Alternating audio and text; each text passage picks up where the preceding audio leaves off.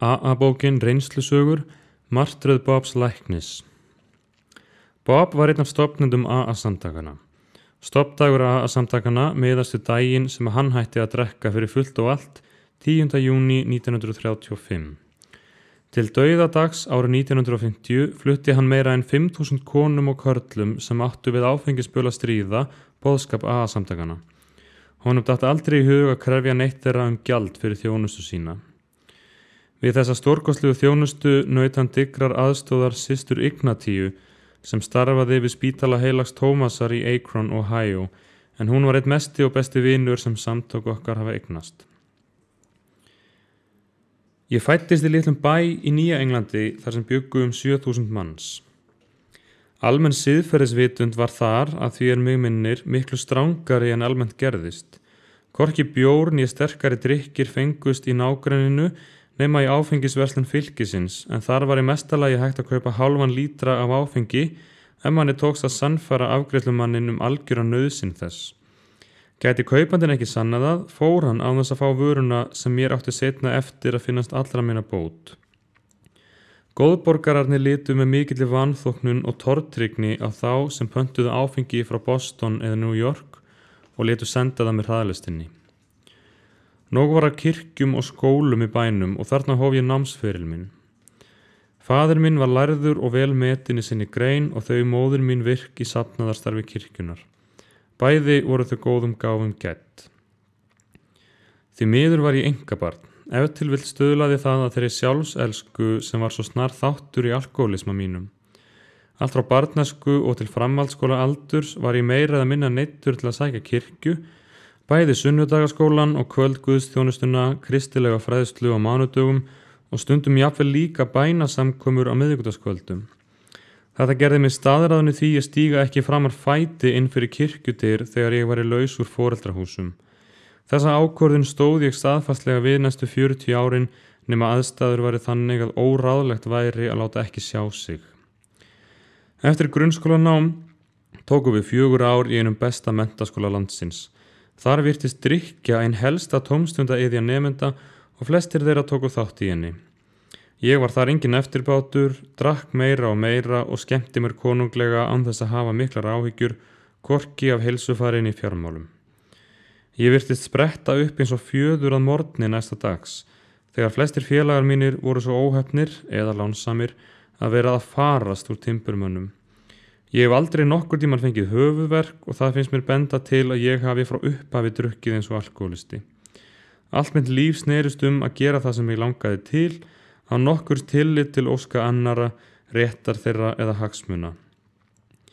Þetta einkenndi hugarfar mitt æ meir eftir því sem árin liðu.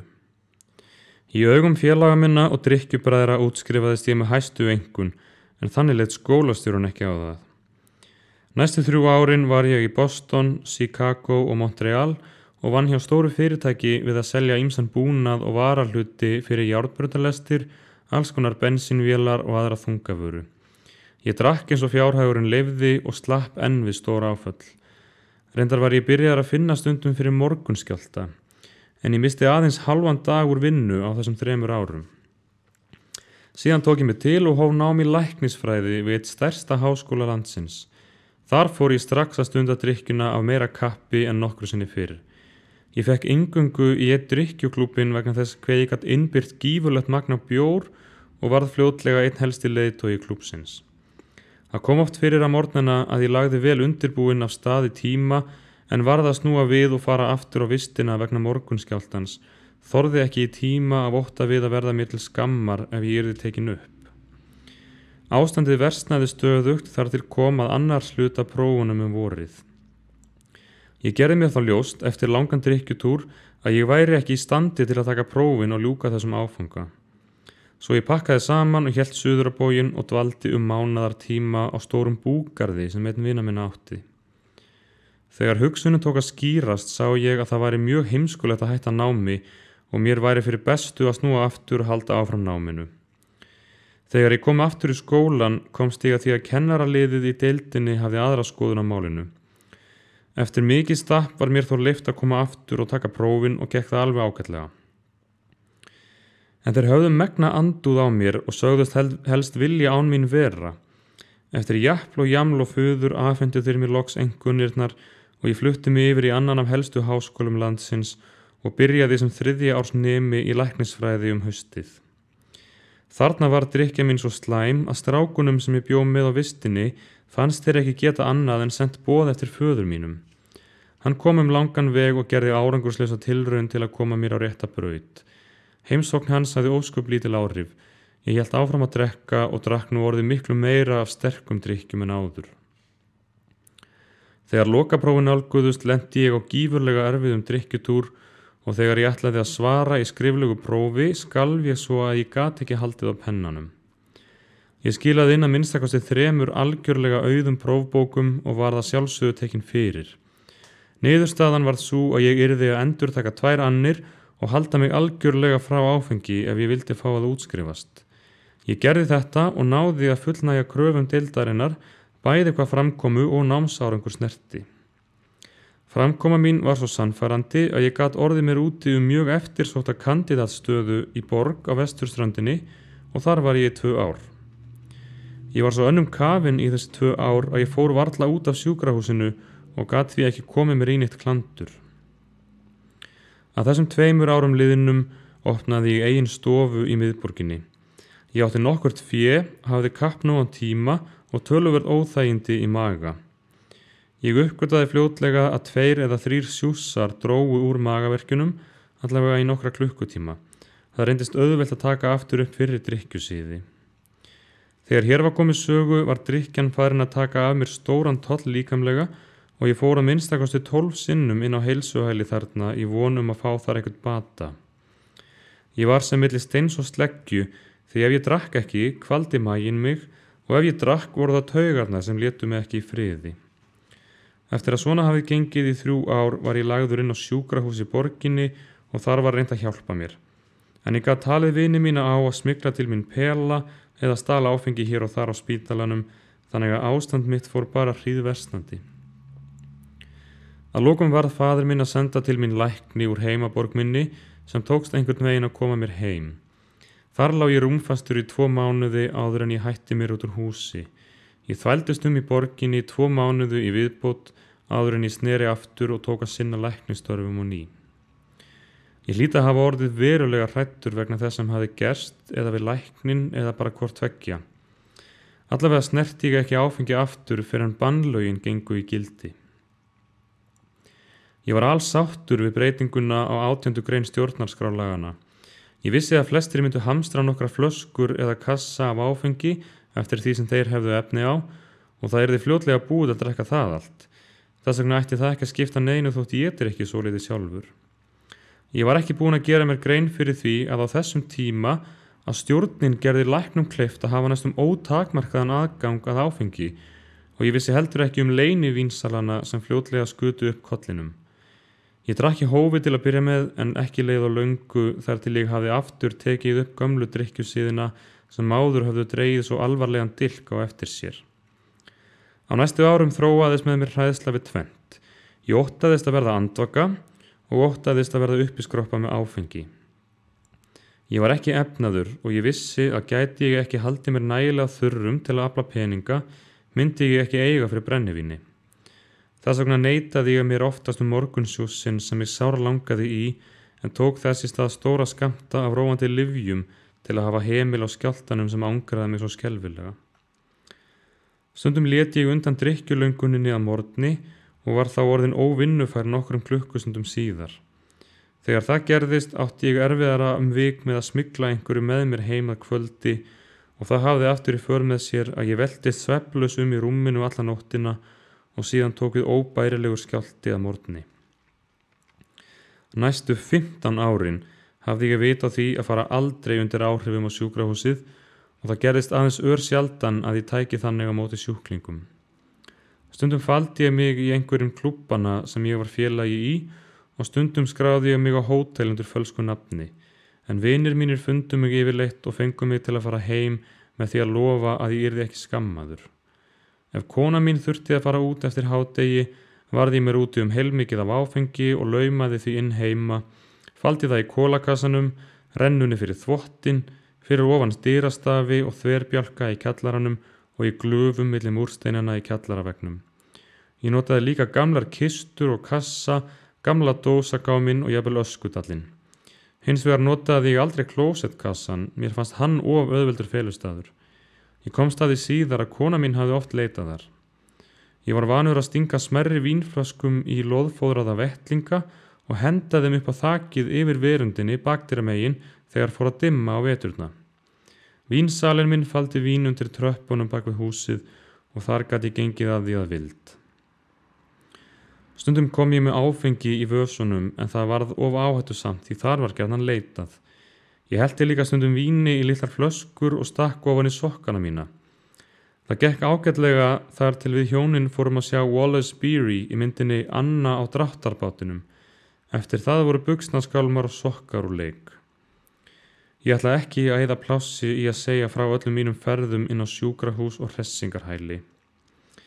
Meðan á öllu þessu gekk fóru vinur okkar að sniðganga okkur hjónin æ meir. Það var ekki hægt að bjóða okkur út því ég var alltaf fullur og af sömu ástæðu þorði kona mín heldur ekki að bjóða neinum heim. Ótti minn við að leggja andvaka rak mig til að hella mig fullan á hverju kvöldi en til að geta útvegaða mér meira vín næsta kvöld varð ég að halda mér ódrukknum yfir daginn að minnstakosti fram til klukkan 4. Þannig gekk þetta undantekningarlítið næstu 17 árin. Þessi hringrás var í raun hræðileg martröð. Ég þurfti að afla peninga, verða mér út áfengi, lauma því inn heima, verða fullur, taka út skjálftan að morgni, gleypa stóra skammta á róandi töflum til að vera í standi til að vinna mér inn peninga. Endalaus viðbjóður. Ég marglofaði konunum minni, vinunum og börnunum að ég myndi aldrei drekka aftur og tókst yfirleitt ekki að standa við slíkt lofur daginn á enda, sama hvað það var gefið að mikilli innlagni. Þeir sem hafa gert tilraunir með sína drykkju hafa gott af að heyra svokallaða bjórtilraun mína. Þegar aftur varð leyfð sala á bjór var ég viss að það væri allt í lagi að drekka hann, að ég geti drukkið eins mikið og ég vildi af honum. Bjórinn var svo meinlaus, enginn verður fullur á bjór. Svo ég fyllti kjallarinn af bjór með leyfi minni ágætu konu. Ekki leið á löngu þar til ég var farin að drekka 1 til 1,5 kassa á dag. Á 2 mánuðum þyngdist ég 15 kíló, leit út eins og aligrís og var orðinn óþægilega andstuttur. Svo áttaði mig á því að þegar maður farin að lykta af bjór, getur enginn sagt til hvað búið að drekka, svo ég fór að styrkja bjórinn með hreinu alkóhóli. Útkoman varð auðvitað hörmuleg og þannig lauk bjórtilrauninni. Svipaleyti og ég var að gera tilraunir mínar með bjórinn kynntist ég fyrir tilviljun hópi fólks sem ég þótti mjög aðlaðandi vegna þess hve frjálslegt, heilbrigt og hamingjusamt það virtist. Þau töluðu hispurslaust allt mögulegt, nokkuð sem ég gat aldrei gert, virtust njóta sín hvenar og hvar sem var og voru svo heilbrigð að sjá. Auk allra þessara góðu eiginleika virtust þau bara svo hamingjusum. Ég var óframfærin og leið oftast illa, heilsa mín var farin að bila og ég var óskaplega vansæll. Ég gerði mér ljóst að þau bjuggu yfir einhverju sem ég átti ekki en gæti verið gott fyrir mig að fá. Ég komst að því að þetta var á einhvern hátt andlegs eðlis og það höfðaði reyndar ekki mikið til mín en ég taldi þó að það myndi varla skaða. Ég gaf þessu máli töluverðan tíma og athygli í 2,5 ár en það hindraði mig samt ekki í að vera þétt kenndur á hverju kvöldi. Ég las allt sem ég komst yfir og ræddi við alla sem ég hélt að vissu eitthvað þetta. Konan mín fékk einnig brennandi áhuga á þessum málum og það var áhugi hennar sem hélt mér við efnið því mér datt aldrei í hug að þetta gæti verið svarið við áfengisvanda mínum. Ég fæ aldrei skilið hvernig konan mín gat haldið fast í trú sína og hugrekki öll þessi ár en hún gerði það nú samt. Hefði hún ekki gert það var ég löngu dauður. Einhverja hluta vegna virðist okkur alkóhólistum gefinn sérstakur hæfileiki til að krækja í bestu konur í heimi. Ekki treysti ég mér til að útskýra af hverju einmitt þær þurfa að ganga gegnum allar þar hörmungar sem við leggjum á þær. Það var þetta leyti sem konan okkur hringdi í konu mína síðdegis einn laugardaginn og sagðist vilja fá mig í heimsókn kvöldið til að hitta vin hennar sem gæti kannski hjálpað mér. Þetta var daginn fyrir mæðradag og ég hafði komið sauðdrukkin heim með stóra pottaplöntu, sett hana á stofuborðið og farið svo beint upp í svefnherbergi og lognast þar út af. Hún hringdi aftur daginn eftir. Þótt mér liði mjög illa vildi ég ekki vera ókurteis og sagði við konuna mína: drífum okkur í þessa heimsókn, og fékk hana til að lofa því að við myndum ekki stoppa lengur en 15 mínútur. Klukkan var nákvæmlega 5 síðdegis þegar við komum þangað og hún var 15 mínútur yfir 11 þegar við fórum þaðan kvöldið. Í framhaldi af þessu átti ég nokkur stutt samtöl við þennan mann og stöðvaði drykkjuna umsvifalaust. Bindindið entist í 3 vikur. Þá þurfti ég að fara til Atlantic City á nokkura daga fund hjá landssamtökum sem ég var félagi í. Ég drakk upp allt viski sem til var í lestinni og keypti nokkrar flöskur á leiðinni á hótelið. Þetta var á sunnudegi. Ég varð vel fullur þetta kvöld, hélt mér þurrum fram yfir kvöldmat á mánudegi og tók þá aftur til við að drekka mig fullan. Ég drakk eins lengi og ég þorði á barnum og fór síðan inn á herbergi mitt til að fullkomna verkið. Á 3. degi byrjaði ég strax morguninn og var orðin vel drukkin hádegi. Ég vildi ekki verða mér til skammar, svo ég flutti út af hótelinu. Ég keypti meira áfengi á leiðinni á járnbrautarstöðina. Ég þurfti að bíða dágóða stund eftir lestinni. Síðan man ég ekkert þar til ég vaknaði heima hjá vinafólki sem bjó ekki langt frá heimabæ mínum. Þetta góða fólk hafði samband við konuna mína sem sendi þennan nýja vin minn til að sækja mig. Hann kom mér heim, gaf mér nokkra drykki það kvöld og 1 bjór næsta morgun. Þetta var 10. júní 1935 og síðan hef ég ekki bragðað áfengi. Þegar ég skrifa þetta eru næstum 4 ár liðin síðan þetta var. Nú lítur fólk að spyrja: hvað sagði þessi maður eða gerði sem var svo frábrugðið því sem aðrir höfðu þegar sagt eða gert? Við megum ekki gleyma því að ég var búin að lesa mikið og tala við alla sem vissu eða héldu að þeir vissu eitthvað alkohólisma. En þetta var maður sem hafði sjálfur upplifað skelfingu margra ára afdrykkju, hafði gengið í gegnum flest það sem alkohólisti þarf að reyna og hafði læknast eftir nákvæmlega þeim leiðum sem ég hafði verið að reyna að nálgast og tilengja mér. Það er að segja eftir andlegum leiðum. Hann gaf mér upplýsingar alkohólisma sem svo sannarlega komu að gagni.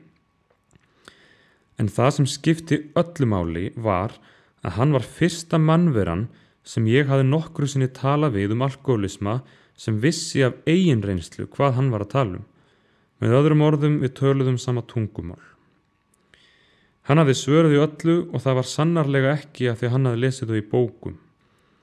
Það er stórkostleg blessun að hafa losnað við þá bölvunar byrði sem á mér hvíldi. Ég er við góða heilsu og ég nýt á ný sjálfsvirðingar og virðingar vina minna. Heimilislífið er yndislegt og viðskiptin ganga eins vel og hægt er að búast við á þessum óöruggu tímum. Ég ver miklum tíma í að miðla því sem ég hef lært til þeirra sem langar í það og sár þarfnast þess. Ég geri það af 4 ástæðum. Svo fyrsta, mér finnst það vera skylda mín. Önnur, ég hef ánægju af því. Þriðja, með því að bera áfram boðskapinn held ég áfram að greiða skuld mína við mannin sem gaf sér tíma til að færa mér hann. Og 4, í hvert skipti sem ég gera þetta tryggi ég mig betur gegn hugsanlegu falli. Ég var að því leiti ólíkur flestum félögum okkar að ég losnaði ekki við vínlöngunina fyrstu 2,5 árið sem ég var ódrukkin. Ég fann næstum alltaf fyrir henni, en ég var aldrei nálægt því að gefast upp fyrir henni. Í fyrstu var ég yfirleitt alveg miður mín ef ég sá vini mín að drekka, vitandi að ég gat það ekki sjálfur. En ég lærði að líta þannig á það að þótt ég hefði einu sinni haft þau sömu forréttindi, þá misnotaði ég þau svo herfilega að óhjákvæmilegt var að taka þau af mér. Mér ferst ekki að væla út af því sannarlega var það aldrei þannig að einhver héldi mér föstum og hellti víni ofan í mig nauðugan. Ef þú telur þig vera trúleysingja eða efahyggjumann eða finnur einhvers konar skynsemis hroka hindra að þú getir meðtekið það sem þessi bók hefur að bjóða, þá finnir til með þér. Ef þú heldur enn að þú hafir nægan styrk til að sigra í þessari baráttu ein eða eitt þíns liðs, þá er það þitt mál. En ef þið langar raunverulega og að fyllstu einlægni til að hætta að drekka fyrir fullt og allt og finnur í fullri alvöru að þú þarft á hjálp að halda, þá vitum við að við höfum svarið og þekkjum leiðina fyrir þig. Hún bregst ekki ef þú fetar hana, þó ekki sé nema helmingi þeirrar þrautsegju sem þú sýndir til að vera þeir úti meira að drekka. Þinn himneski faðir mun aldrei bregðast þér.